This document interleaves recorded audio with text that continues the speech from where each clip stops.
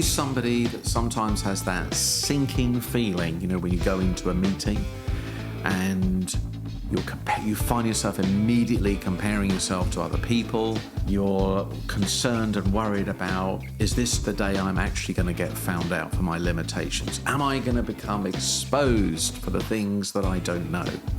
We all, to a certain extent, have these feelings, and this is what we call the imposter syndrome. But the good news is, there's two pieces of good news actually. One is a completely natural feeling and many people feel it. And two, we're going to give you some strategies to help you understand it and overcome it.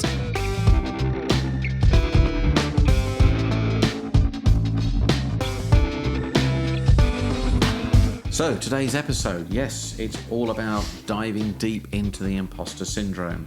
That nagging feeling of self-confidence, a little bit of doubt that creeps in that quite often stops us from basically speaking up, performing at our best, contributing the way that we knew can contribute. And it's the source of a lot of anxiety for a lot of people. I mean, in our community and the people that we work with, it's got to be the number one thing that comes up in conversations. And, from people maybe that you wouldn't expect to be suffering from something like that. People in very senior positions who outwardly appear very confident, actually, in the safe environment of the programs that we run, actually share that they also feel. In fact, I would suggest that even the more senior they are, the more prevalent it actually becomes. There's more at risk, if you like. You've got this high-powered job, getting paid some good money. People have expectations from you. You put a lot of expectations on yourself.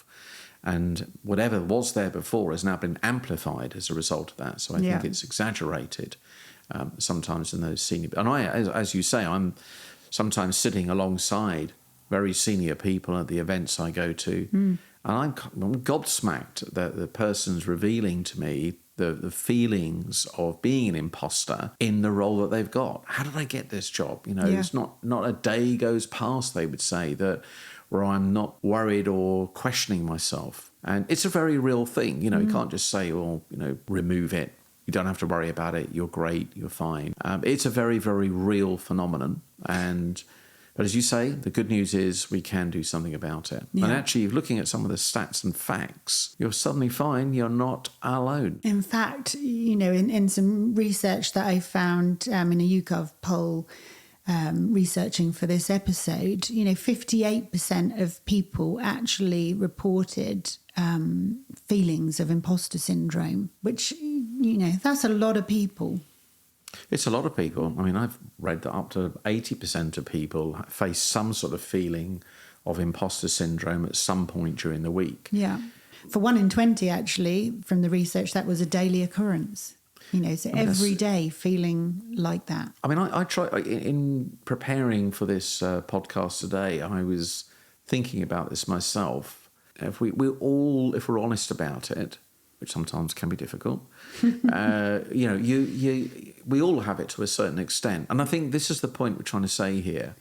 There are varying degrees of feeling like an imposter.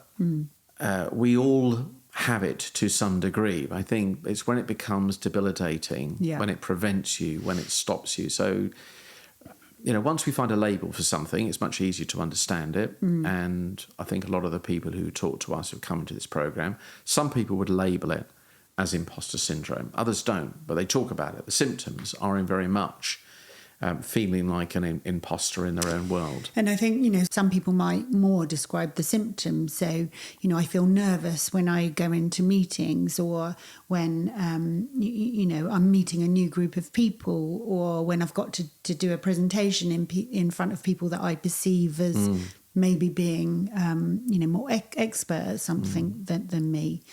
So for some people, they might label it, and others, they might describe the symptoms. Absolutely. And I think that people are talking about it much more now. It's much more acceptable, and the more people obviously share it, the more acceptable it becomes. And I also read that as a result of that, I think people becoming aware of it, there is a 500% increase in Google search using the term, how do I deal with imposter syndrome? Yeah. So it's very real. It's very common.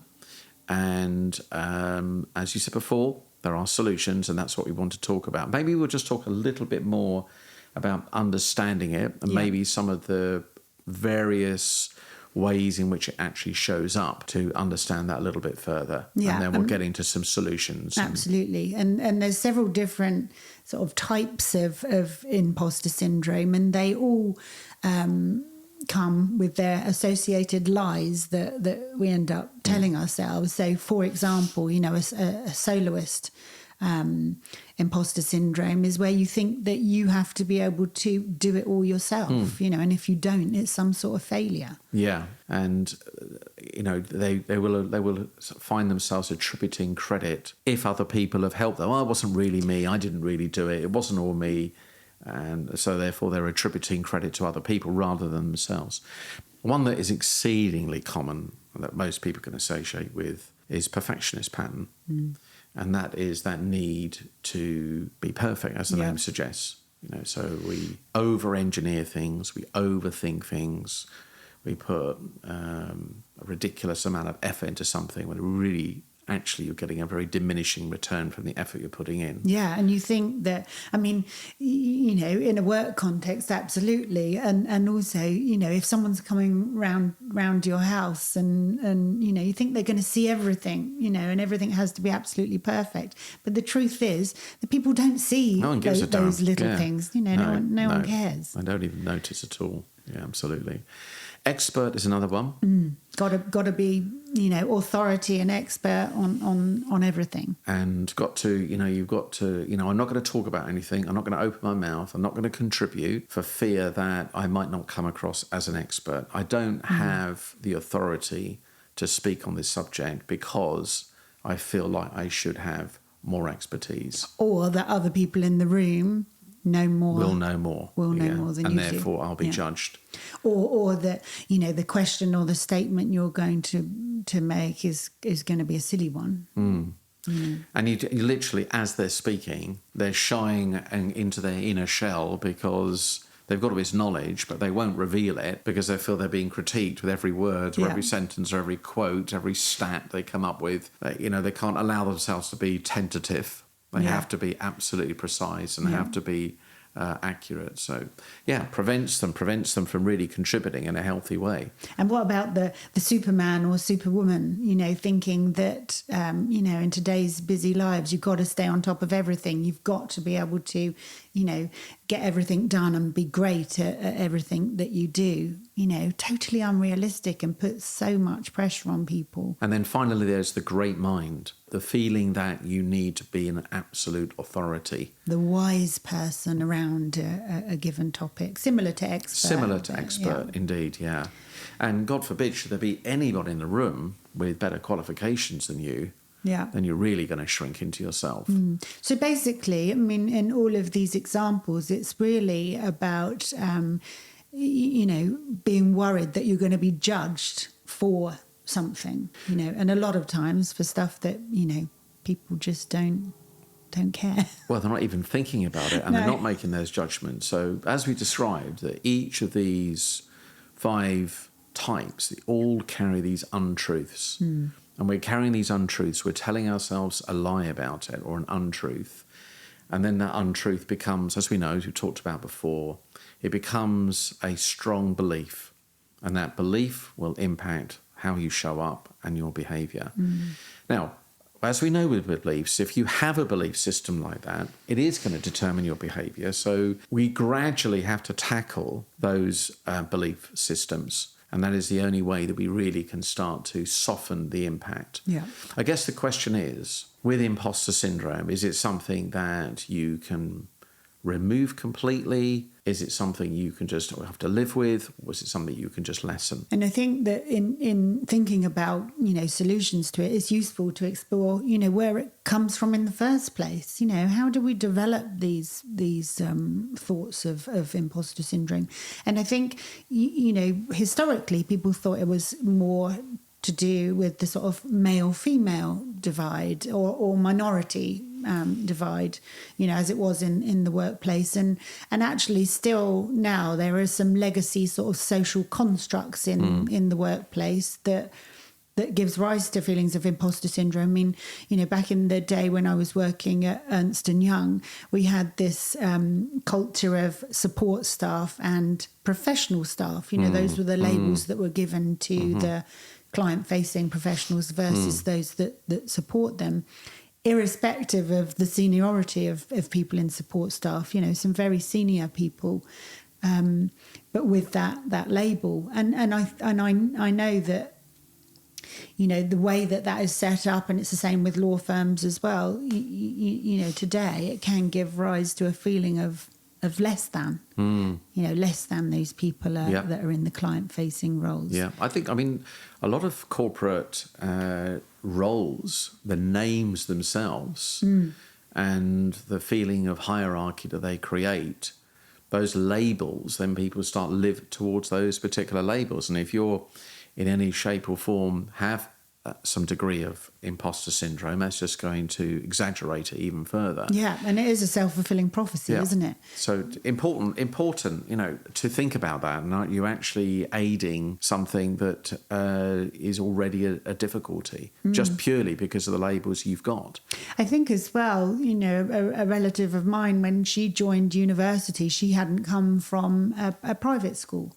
And a lot of people joining that university had come from private schools. So immediately she felt less than, going into that environment, and did struggle for a while, and until she sort of, reached that level with her peers. So it's not just in the work context. It can, be in all sorts of contexts. I mean, one, it's basically the comparison is the thief of all joy, isn't it? Absolutely. Having a new baby, you're comparing yourself to the how other people parent, and what your child is doing versus other children, and what you're providing versus what other people are providing. These can all lead to those sorts of thoughts. And before you know it, you're passing those beliefs on to your kids as well.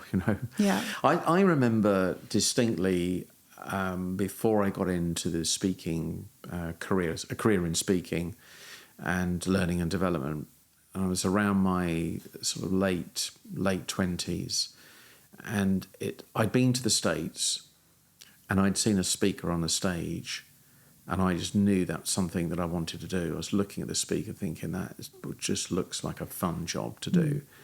I was always been very interested in development, and read lots of books, and was very fascinated by the subject, and wasn't bad on my feet as a speaker. But the thought of actually going into corporations, when I didn't have a huge amount of corporate experience myself, and more so, my greatest fear was that I didn't go down the university route. And that was just to do with, childhood upbringing. My mother wanted me to go out and earn money, et cetera, et cetera. And it just wasn't something that was on the radar. So my biggest fear would be someone asking me, well, what university did you go to? Or someone talking about that. And then I would start, and that stopped me for quite some time. And on top of that, I looked a bit younger for my years, which I'm grateful for now, thank you. Well, some people tell me anyway, all right? You do, it's confirmed. All right, but it was so all this going on, I look a bit young, no grey hairs, will people take me seriously? Or running the story in your head that people won't take you seriously. People will not take me seriously, and therefore, why would they listen to me? Yeah. It's a big thing as a speaker anyway. Why would they listen to me? Who says I'm good enough to impart knowledge? Obviously, I got past all that and enjoyed success as a speaker. Because you leaned into it. And there is a certain amount of with overcoming something like that is leaning into the things that you fear. And it is still a thing, though, to a certain extent, because I was at an event recently, and this customer, this client, I was kind of hired in by someone else, but this was the end client, and she said to me, sort of about halfway through the day, we were doing the various different sessions. She said, "Oh, where did you go to school?" It reared itself again. Yeah, reared its ugly head right in front of me. And I sort of blubbered a bit. And I said, "Oh, well, I didn't actually didn't actually go down that particular route. Various different reasons. And you didn't say the school of life, did you? I actually quoted. I mean, what a big turning point for me was when I read Unlimited Power by Anthony Robbins. Yeah. And I'm reading this book, and I kind of thought, wow, this guy's read a book. He was like 20.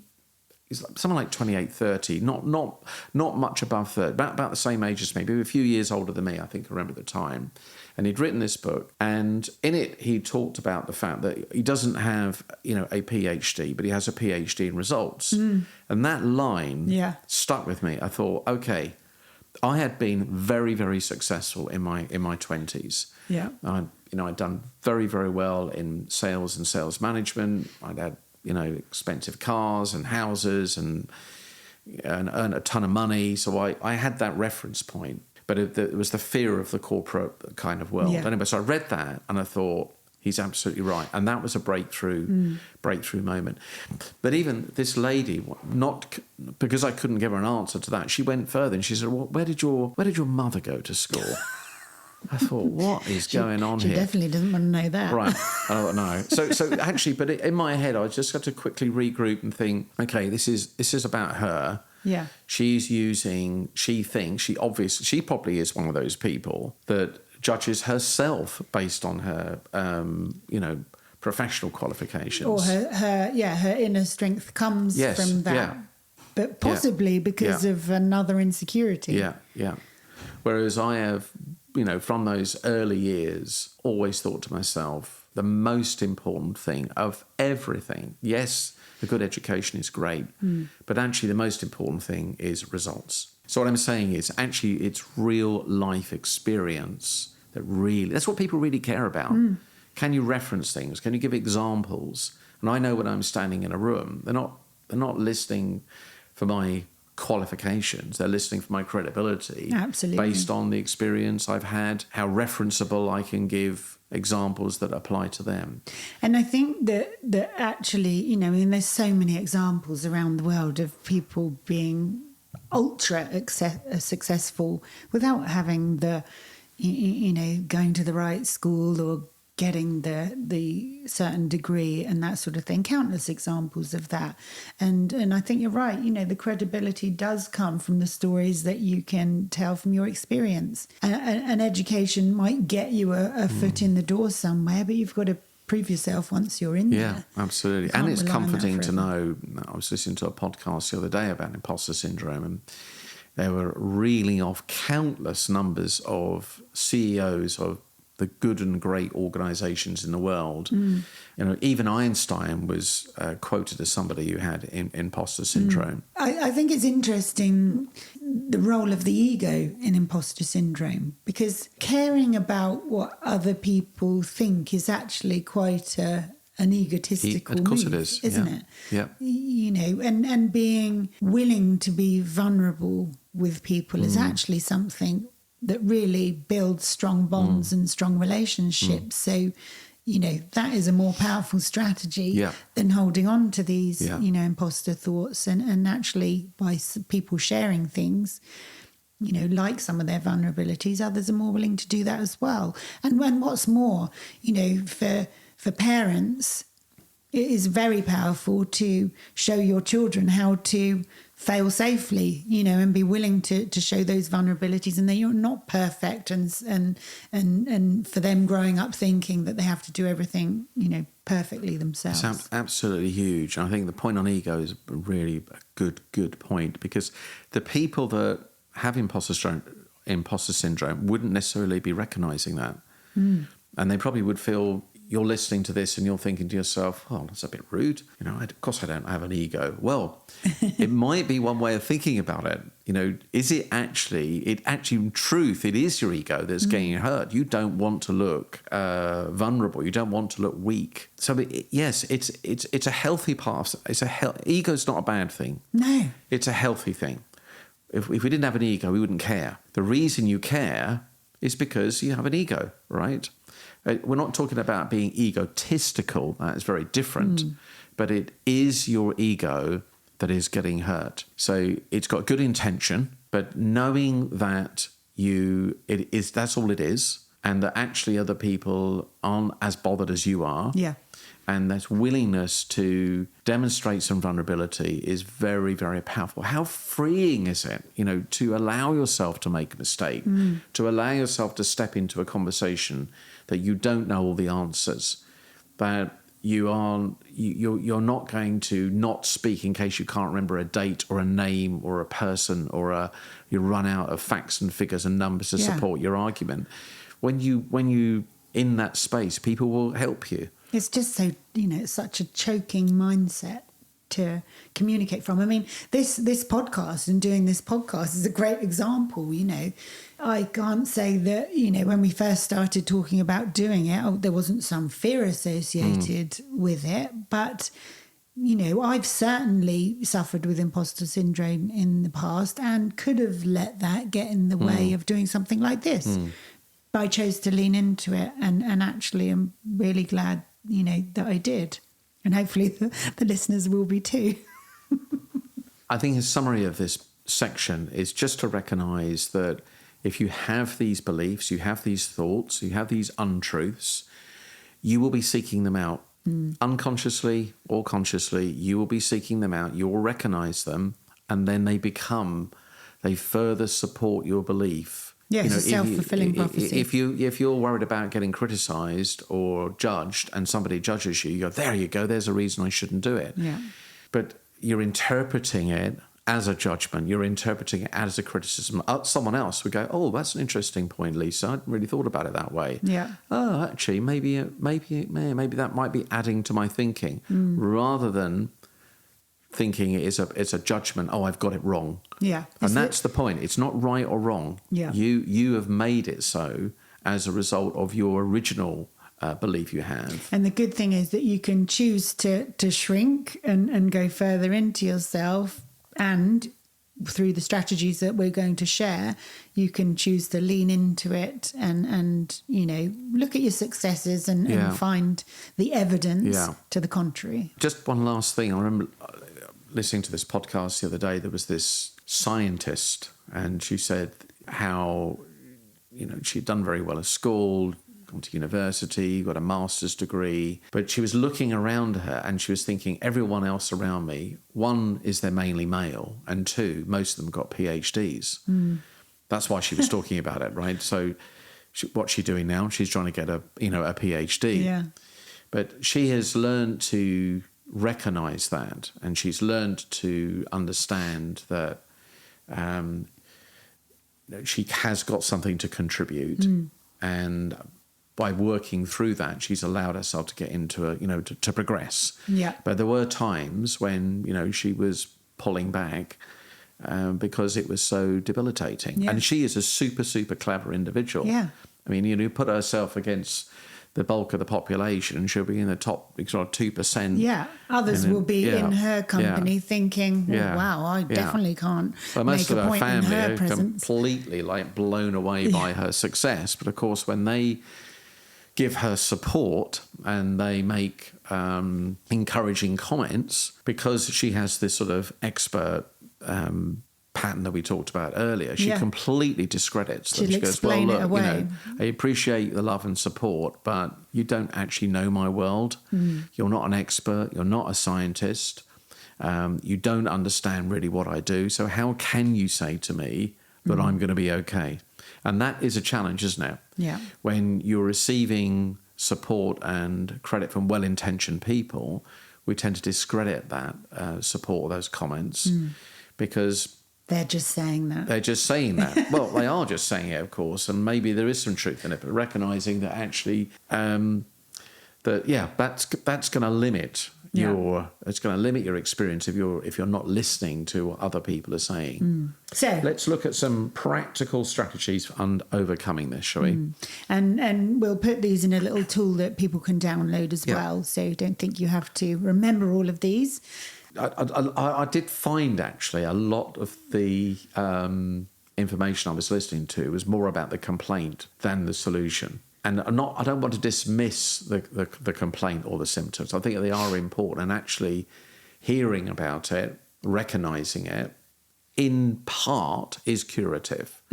But we do need to provide some sort of, how can you start to lessen this? You do not need to go through the rest of your life with this. And if you're not convinced yet, you don't have to have it at all.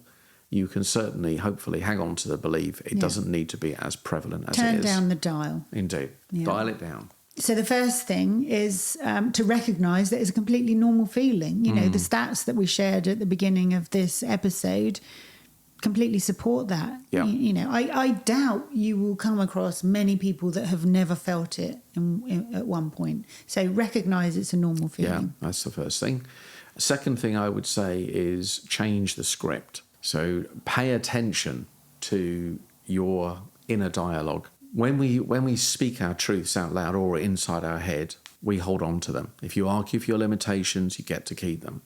So be aware of what you're saying to yourself. Could you gently say to yourself something different rather than saying, people are going to judge me, you know, in a meeting, what happens if I get this wrong? You could be saying to yourself that people will appreciate my point of view. I have something useful to say. I don't need to, you know, people are interested in my point of view. I'm here sitting in this meeting with my particular label, badge or position because people want me to be here. That's why I'm being invited. Yeah. So I'm doing people a disservice by not speaking out. In fact, I would suggest you're probably infuriating people for not speaking up. Yeah. And if someone's going to judge you, they might judge on your silence rather than... They're more likely to do that. Yeah. So, you know, reframe that and think about that differently. So think about the internal dialogue you're using. What is it you're saying? Pay attention to it and use different dialogue, because if you keep repeating a mantra inside your head, that is going to definitely stop you speaking up. Yeah. I remember one lady saying to me in a coaching session, she was in a marketing advertising agency. She would go out to meetings. She was super sharp, super bright, but she would be with the advertising, you know, director, the big shot. And they go out to a client, and she's sitting there, and they're thinking through this campaign, and she'd have this great idea, and she's thinking, oh, why don't we do that? But in her head, she's thinking, oh, it's not my place to say anything, and got this big shop, you know, 20-year serving advertising director who knows more than me. And then lo and behold, the very idea that she had in her head, it would come out from someone else in the meeting. Damn it. Damn it! Can't believe it, right? And she said over and over again this would happen. So we really worked with her. But it was the internal voice she had. Oh, what happens if I get this wrong? I'm going to look silly, you know, et cetera, et cetera. So we got her to get her confidence up, change the internal dialogue. And I said, you can always use tentative language and put something out as a fait accompli. Don't necessarily say it as a truth. I might have something, you know, is this a useful idea? Yeah. You know, is this a useful idea? How about this? One thought I'd had was, you know, do it that way. And therefore... a lot of people say just thinking out loud, don't they? That's right. To express maybe an unfinished thought. Yeah. I think that linked to that as well is reframing failure. So, you know, we have a tool called Win, Learn, Change. So there is no failure, there's only learning. And linking back to the point we said, you know, about children and modelling in front of children, you know, taking learning from things that maybe don't go as you planned, rather than seeing that everything has to be perfect, and if it's not, I have failed. Absolutely. Comes back to that, one of our powers again, you know, growth power. So the growth mindset is absolutely essential to this. And, you know, we know from the early nursery school kids, the ones that are happy to keep trying things and failing are more interested in the learning. They're not interested in that early onset of needing to get it right. And I'm not prepared to try and fail. And that stops them exploring. It stops them learning. But those kids who are happy are not attached to having to get it right or wrong are much more likely to have a healthier attitude towards learning. So reframing it is super, super important. So that's definitely another another strategy you can utilize. Another one that I like is that I read somewhere is, you know, through sort of embracing your successes and recognizing the things that you have done well. I read somewhere about journaling an I did list, which, you know, I know that people might think, oh, you know, surely I can't write that down. I mean, you don't have to show anyone, but it is a really useful thing. Particularly someone who suffers from imposter syndrome, writing down all their accomplishments. I know, it's a very uncomfortable thing to do. Yeah. But, you know, as you see the list grow, you know, it'll help you focus on the things you have done, not the things that you haven't done. Yeah. Actually, it just reminds me, there's a little aside in the world of speaking, a lot of facilitators, as part of an introduction, they will say, you know, give us your name and your organisation and, you know, talk about something that you're proud of or an accomplishment. This is about the worst possible way. You know, when you realise the person in front of you has hopped around the world backwards, all their kids on their back for charity on one leg, you know, I mean, it's just like, and you're thinking, oh, my biggest accomplishment is growing, you know, prize tomato, exactly right. You know, so yeah, it is the worst possible start. So all those facilitators out there, be aware of that. People get very excited about this, and yeah, it's great for all the show-offs. But for anyone, and I know I can just see people finding this super cringy.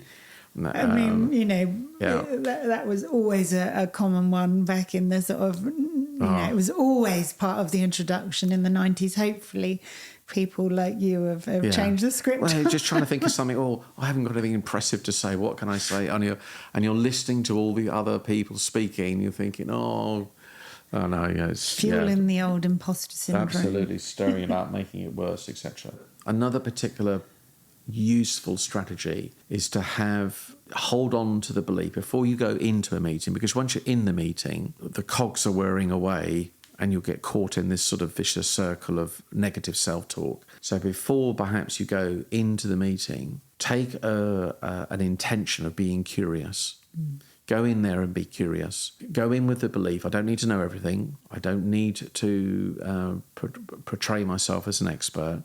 I'm going to be humble. I'm going to be willing to demonstrate a little bit of vulnerability. Be brave. Try it, you know, and be curious. Ask questions. You know, I'm wondering about. It's just that I was thinking this. You know, so try it in that way. Yeah, lean into it. Yeah, lean into it, because you'll often find that somebody says, "Oh, actually, that's really interesting, Lisa. Oh, that's a good point. Tell me a little bit more about that. Oh, what do you mean by that? Oh, okay, I think that you've got a good point there." And then you get the little dopamine hit that gives you the little bit of confidence excitement to maybe try another little contribution. So remember, not knowing everything is absolutely fine. Yeah. Nobody ever does know everything. That is the point. And keep those stats in mind as well, because people round the table are feeling exactly the same as you are. Exactly the same thoughts. That's the point, right? So that, you know, that's why you end up with some meetings feel very stifled, and there's no creativity. I know this as a facilitator. If I ask a question, and again, another big mistake that facilitators make is go bounding up to somebody, the shyest person in the room, because they're not speaking, and literally shove the proverbial microphone under their face. I mean, again, not a great thing to do. Yeah. Give people a time to think about it. If you're a leader in a meeting, a really powerful technique, if you want to get ideas from the group, is something we call think, pair, share. Yeah. So you pose a question, you give people 2 minutes to talk to their neighbour about it, or it's in twos and threes, they share ideas. Once they've done that, they're validating their thought with somebody, and then they feel they've got the support to put that point of view forward. Absolutely. I've seen leaders get very frustrated at team meetings because nobody is speaking up or giving a point of view. Assuming that they don't have one. And they're thinking that they don't have one, exactly, Yeah. right? And they're not creating a safe environment for people to contribute. So definitely remember that. Look, I'll give you a couple of minutes to think about this in twos and threes, and I'll look forward to hearing some ideas from you in a moment. Yeah, that's a very good point, actually. You know, it's not just people feeling it themselves, but leaders creating an environment where recognising it's definitely there, you know, creating an environment where people can share safely. Another one would be to what we call power up your physiology.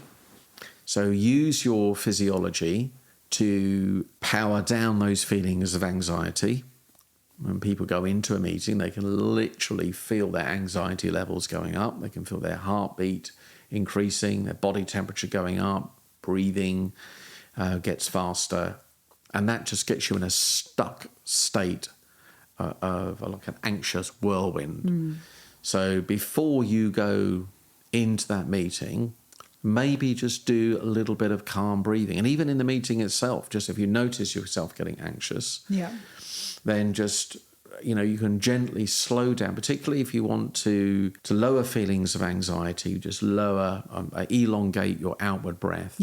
That definitely works. It was interesting because I was listening to something on the way here this morning, actually, that the in-breath is associated with cortisol and the out-breath is associated with feelings of calm, relaxation, and restorative. Yeah. So if you make the out-breath really long, you're going to lower those feelings of anxiety. So you deep breathing, pumping oxygen into your system gets you pumped up, gets you jacked up for something. But if you want to relax, then a longer out breath and just makes you.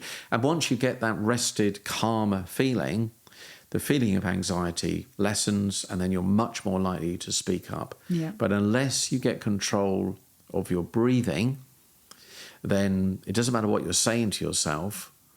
Your physiological system is overriding what you're thinking.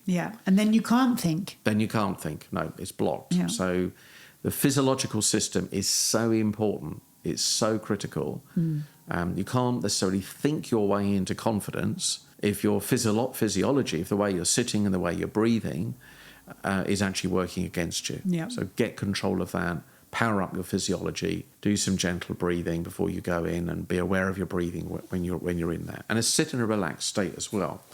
Rather than sort of sitting back and hunched back and head down, just get your shoulders up a little bit. Get your shoulders up, chest out, lean into the meeting, make eye contact with people.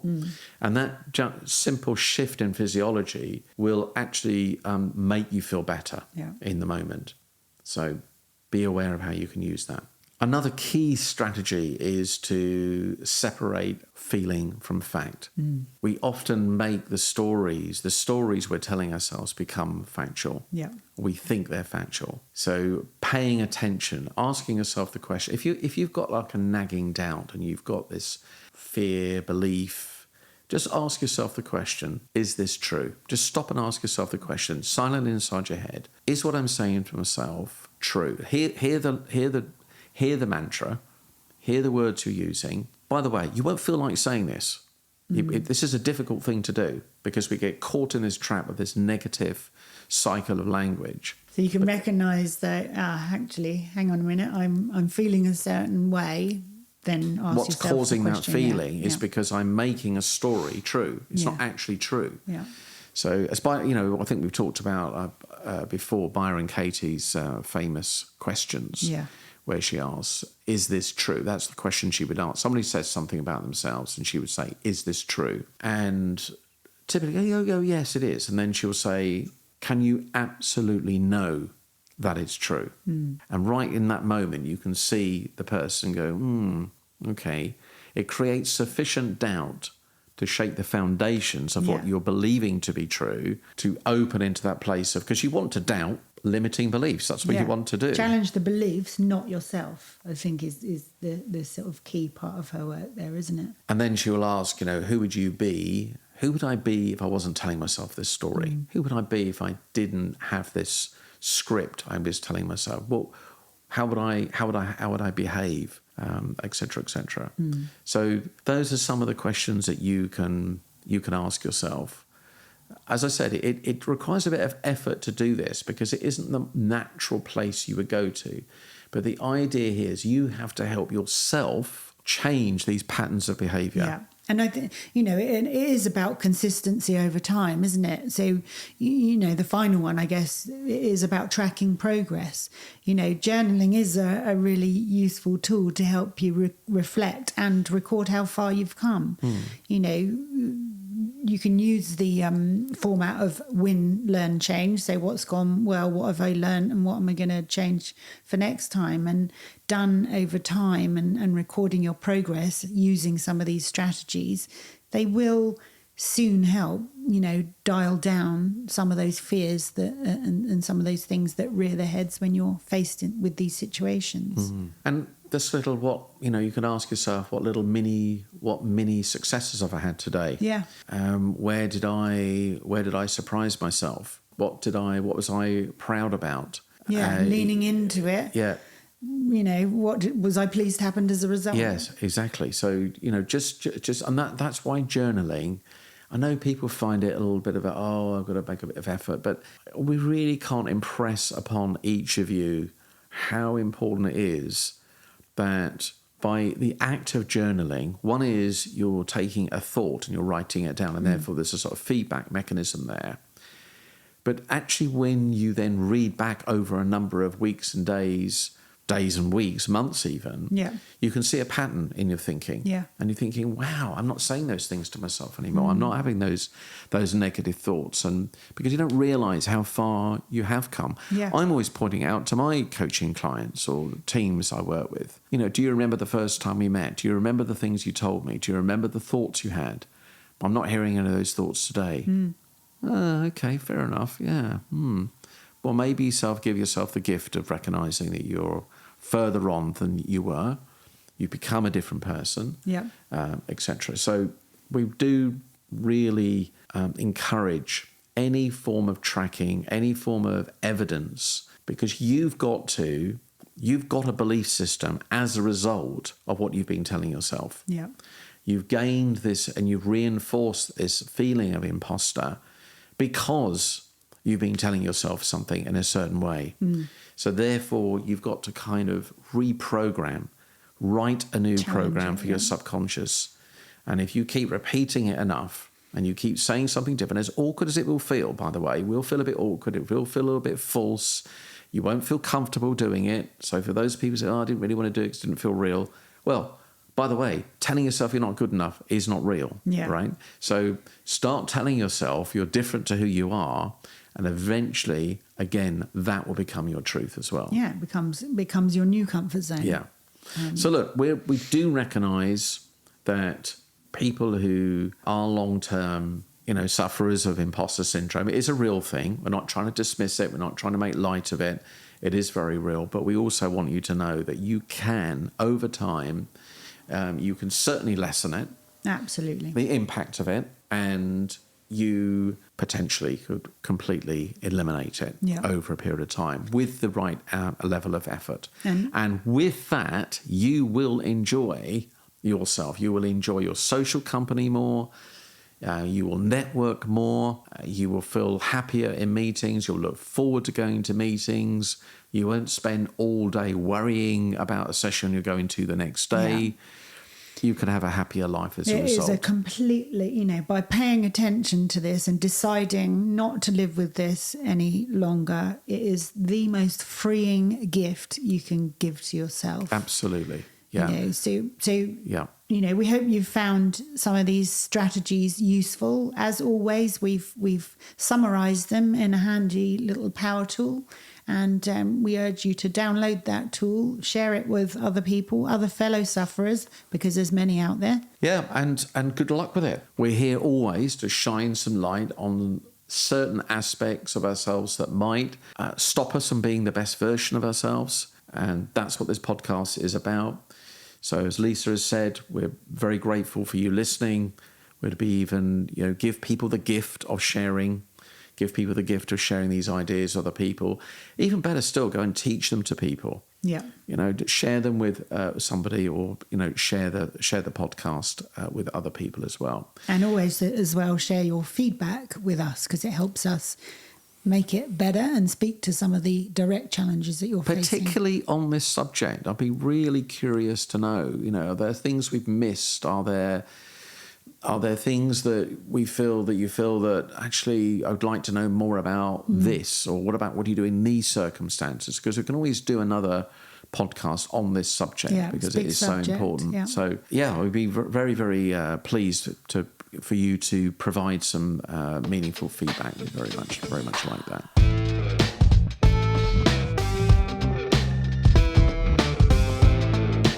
Next week's podcast is going to be about productivity. We're going to be a productivity powerhouse after the next episode. And how important is this in today's world? Yeah, a world full of distraction. We're going to give you some simple strategies to be able to do more in less time. Spoken from somebody who is a professional distractor. You, not me. Me. Yeah. That's me. I'm great. I welcome distraction. You know, I say that tongue in cheek. You know, I'm doing something dull and boring and someone comes along distracting me, I'm the first to leap out of it. Well, basically, if anyone drives past your house, indeed, that'll be enough. Exactly. So, so this is something for me I have to really work on myself. So I have learned some really good strategies to, you know, as a business owner, entrepreneur, you end up doing lots of things yourself, and therefore you have to be very, very disciplined with your day and with your time. And so we're going to be sharing some strategies that are very, very practical, and I absolutely know have saved me time and given me more time back in my day.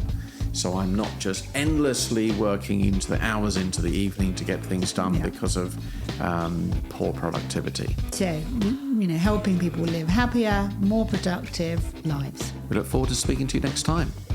Goodbye.